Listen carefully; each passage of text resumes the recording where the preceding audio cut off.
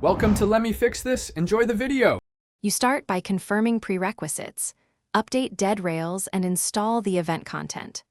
Once done, make sure you meet the minimal level and hold the event token or specific item. This unlocks the initial trigger.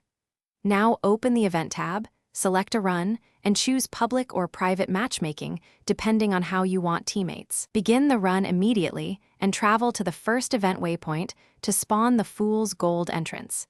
This is your first actionable step to force the mode to appear. Once at the waypoint, you must trigger the specific interaction. Approach the gold statue or the console and hold the Interact button for the full activation duration. Doing this within the early time window makes the server spawn the Fool's Gold modifiers. After activation, complete the first 2 phase objectives.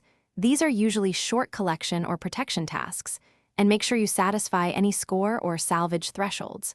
Continue pressing objectives quickly, because the mode advances into its wave section. Only after those middle steps are full. You complete the Fool's Gold run by surviving the final wave and interacting with the reward lever or chest to finalize the event state. That commit unlocks the mode on your account. Once the run ends, exit to the lobby and verify Fool's Gold appears under Unlocked Modes or Event List. If it failed to register, relog into the game, clear temporary cache by restarting, and repeat the activation step within the 3-minute window.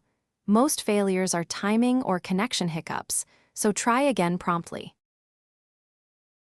Thanks for watching. If you found this helpful, don't forget to like and subscribe.